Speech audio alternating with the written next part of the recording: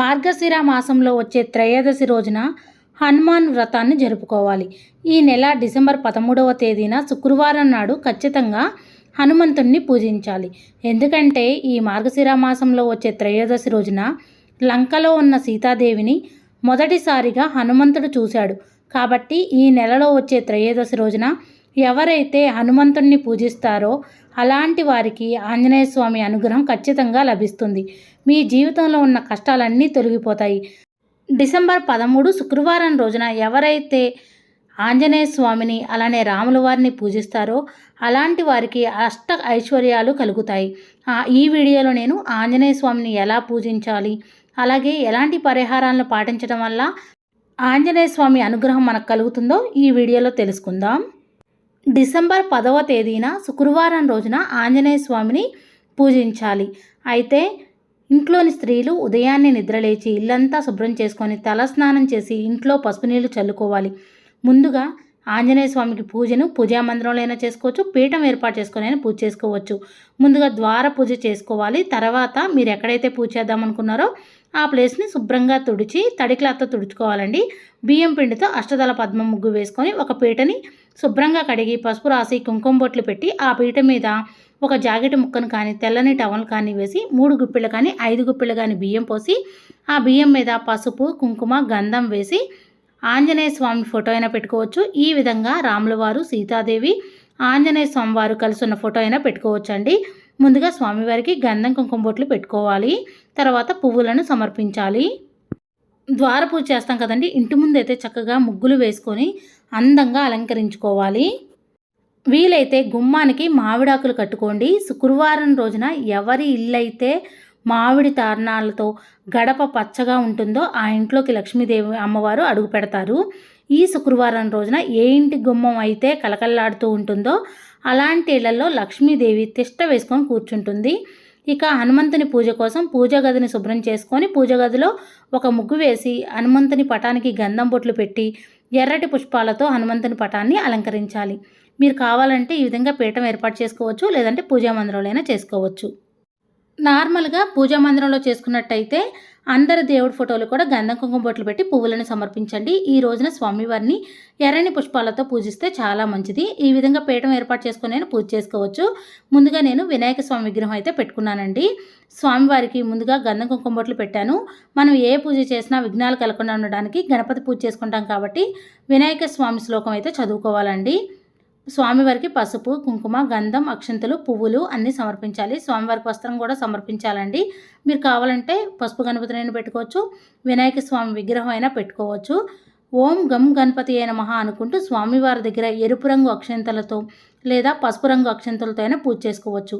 స్వామివారి అష్టోత్తరం కూడా చదువుకోవచ్చు. వినాయక స్వామి దగ్గర ఏదో ఒక ప్రసాదం పెట్టాలి. హారతి ఇచ్చి నమస్కారం చేసుకోవాలి. దీపం వెలిగించేటప్పుడు ముందుగా నూనెను వడ్డించి తర్వాత 3 ఒత్తుల్ని ఒక ఒత్తిగా చేసి దీపారాధన చేయాలి.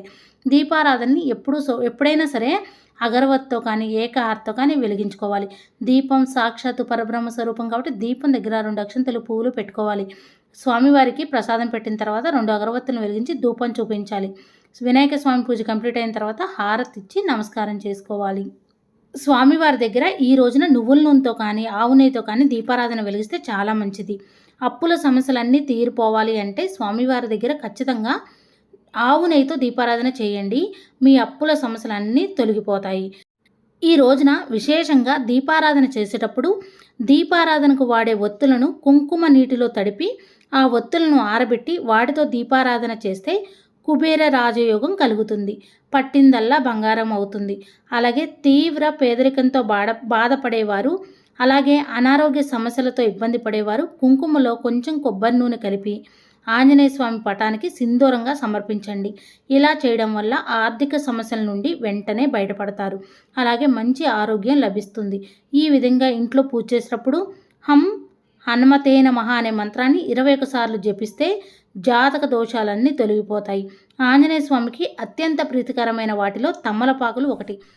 ఇక్కడ నేను తాబేలను కూడా పెట్టాను. ఇత్తడి తాబేలు పెట్టానండి. తాబేలు కూడా గంధం కుంకుమ బొట్లను పెట్టి పువ్వులను సమర్పించి నమస్కారం చేసుకున్నాను. తాబేలను కూడా ప్లేట్లోనే పెట్టుకోవాలండి. ఒకవేళ ప్లేట్ లేకపోతే ఆకులు అయినా పెట్టుకోవచ్చు. తర్వాత ఆంజనేయ స్వామి రాముల వారి దగ్గర పూజ చేసుకున్నానండి.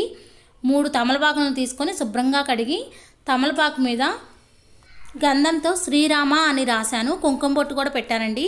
తమలపాకు కాడలు మంచిగా ఉండేలా చూసుకోవాలి. తమలపాకు మీద ఎటువంటి రంధ్రాలు లేకుండా చూడాలండి. ఈ విధంగా 3 కానీ 5 కానీ 11 కానీ పెట్టుకోవచ్చండి. నేను ఇక్కడ 3 పెట్టాను. రాముల వారి దగ్గర రాముల వారి ఫోటో కూడా గంధం కుంకుమ బొట్టులు పెట్టాను. రాముల వారి అష్టోత్తరం వినుకుంటూ పువ్వులతో అక్షంతలతో పూజ చేసుకున్నానండి.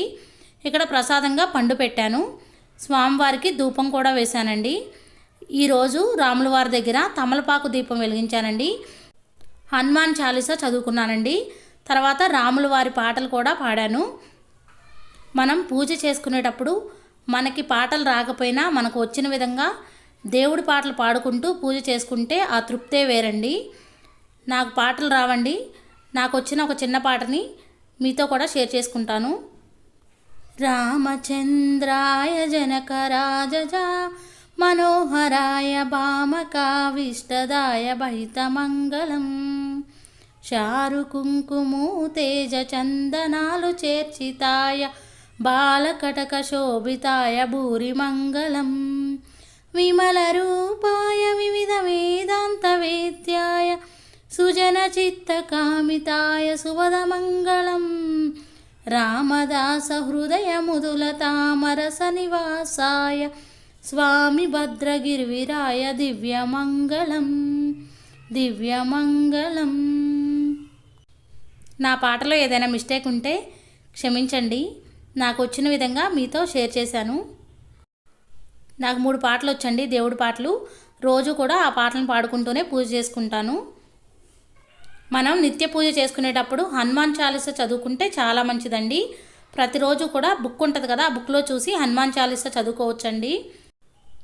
ఈరోజు శనివారం కదండి. ఆంజనేయ స్వామికి ఎంతో ఇష్టమైన తమలపాకులతో దీపం పెట్టాను. తమలపాకు దీపం పెట్టడానికి 6 తమలపాకులు కావాలండి. తమలపాకు దీపం వెలిగించడానికి నువ్వుల నూనెైనా వాడచ్చు, ఆవు నెయ్యి అయినా వాడొచ్చండి. తమలపాకు దీపాన్ని వెలిగిస్తే చాలా మంచిది. ఈ తమలపాకు దీపాన్ని పూజా మందిరంలో అయినా వెలిగించవచ్చండి. ఈ విధంగా మనం ఏదైనా ప్రత్యేకమైన పూజ చేసుకున్నప్పుడు, పండగలప్పుడు కూడా వెలిగించుకోవచ్చు. తమలపాకు దీపాన్ని వెలిగిస్తే అష్టైశ్వర్యాలు కలుగుతాయి, మన కోరికలు ఏమన్నా తీరుతాయండి. తమలపాకు దీపాన్ని వెలిగిస్తే ఆరోగ్యపరంగా కూడా చాలా మంచిగా ఉంటుంది. ఈరోజు హనుమాన్ చాలీసా చదువుకుంటూ లేదా ఫోన్లో వినుకుంటూ స్వామివారి దగ్గర తమలపాకులను సమర్పించాలి. 5 కానీ 9 కానీ 11 కానీ సమర్పించవచ్చు. 108 కూడా సమర్పించవచ్చు. అలానే శ్రీరాముడి పాటలు కానీ అష్టోత్తరం కానీ చదువుకుంటూ లేదా ఫోన్లో వినుకుంటూ కూడా పూజ చేసుకోవచ్చు. హనుమాన్ చాలీసా మాత్రం తప్పకుండా చదువుకోండి. జై శ్రీరామ్ జై హనుమాన్ అనుకుంటూ కూడా స్వామివారికి అయితే పూజ చేసుకోవచ్చు. తమలపాకులతో మాత్రం తప్పకుండా పూజ చేసుకోండి. అలానే సింధూరం ఉంటుంది కదండి, కాషాయ రంగులో ఉన్న సింధూరంతో కూడా స్వామివారి దగ్గర పూజ చేసుకోవచ్చు. ఈ రోజున ప్రసాదంగా అరటిపళ్ళు మాత్రం పెట్టాలండి. ఆంజనేయ స్వామికి అరటిపళ్ళు అంటే ఎంతో ప్రీతికరం. అలానే శనగలు కూడా పెట్టొచ్చు. అరటిపళ్ళు మాత్రం తప్పనిసరిగా పెట్టండి. మనం నార్మల్గా జై హనుమాన్ అనుకుంటే మనకు ఎంతో శక్తి వచ్చినట్టు అనిపిస్తుంది కదండి. మన ఇంట్లో ఏమైనా దుష్ట శక్తులు ఉన్నా, మనకు ఏదైనా ఆరోగ్య సమస్యలు ఉన్నా హనుమాన్ చాలీసా చదువుకుంటే మాత్రం మనకి చాలా మంచి జరుగుతుంది. రేపు అంటే శుక్రవారం రోజున డిసెంబర్ 13వ తారీఖు శుక్రవారం రోజున ఆంజనేయ స్వామికి తప్పకుండా పూజ అయితే చేసుకోవాలి. ఆంజనేయ స్వామి దగ్గర గద ఉంటుంది కదండి, ఆ గద మీ దగ్గర ఉంటే పూజలో పెట్టుకోండి, చాలా మంచిది. రేపు గుడిలో ఆంజనేయ స్వామి పూజ చేయించుకున్నా చాలా మంచిదండి. తమలపాకులు పూజ చేయించుకోండి, చాలా మంచిదండి. తెలుసుకున్నారు కదండి ఆంజనేయ స్వామి పూజను ఏ విధంగా చేయాలో. మరిన్ని వీడియోస్ కోసం మన ఛానల్ని సబ్స్క్రైబ్ చేయండి. నా ఈ వీడియో మీకు నచ్చిందని అనుకుంటున్నాను, ఎంతో కొంత యూజ్ అయిందని అనుకుంటున్నాను. నా వీడియో నచ్చినట్టయితే ప్లీజ్ లైక్ చేయండి, షేర్ చేయండి, కమెంట్ చేయండి ఫ్రెండ్స్. కొత్త వారు ఎవరైనా మన ఛానల్ చూస్తున్నట్టయితే సబ్స్క్రైబ్ చేసుకోండి. Thank you for watching. Bye అండి.